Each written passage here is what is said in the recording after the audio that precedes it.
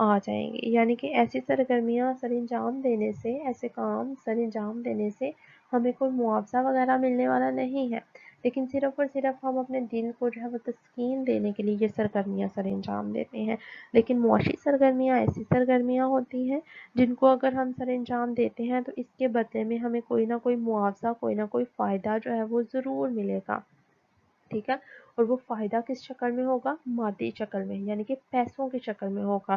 جیسے کہ اس میں ہم نے جو تھا وہ ڈسکس کیا بزنس کو. ٹھیک ہے. اگر آپ لوگ بزنس کرتے ہیں تو اس سے آپ لوگوں کو پروفٹ ارن ہوگا پیسوں کی شکل میں. اگر آپ لوگ کوئی جو ہے وہ پیشہ اختیار کرتے ہیں تو اس کے بدلے میں آپ لوگ اپنا ہنر بیچیں گے، اس کے بدلے میں بھی آپ لوگوں کو جو ہے وہ پیسے ملیں گے. اگر آپ لوگ ملازمت کرتے ہیں، ملازمت میں بھی آپ لوگوں کو جو ہے وہ اجرت دی جاتی ہے، آپ لوگوں کو جو ہے وہ فکسڈ سیلری جو ہے وہ ملتی ہے ملازمت کے بدلے میں بھی، اگر آپ ملازمت جو ہے وہ اختیار کرتے ہیں.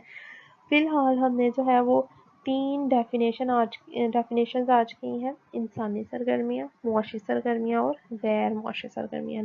نیکسٹ جو لیکچر ہوگا اس میں ہم معاشی سرگرمیوں کی جو ڈفرینٹ ٹائپس ہیں اس کو ڈیٹیل میں ڈسکس کریں گے، اور جو غیر معاشی سرگرمیوں کی ٹائپس ہیں اس کو جو ہے وہ ڈیٹیل سے جو ہے ڈسکس کریں گے. اگر کسی پوائنٹ کی سمجھ نہیں آئے تو بچے آپ پوچھ سکتے ہیں. اللہ حافظ.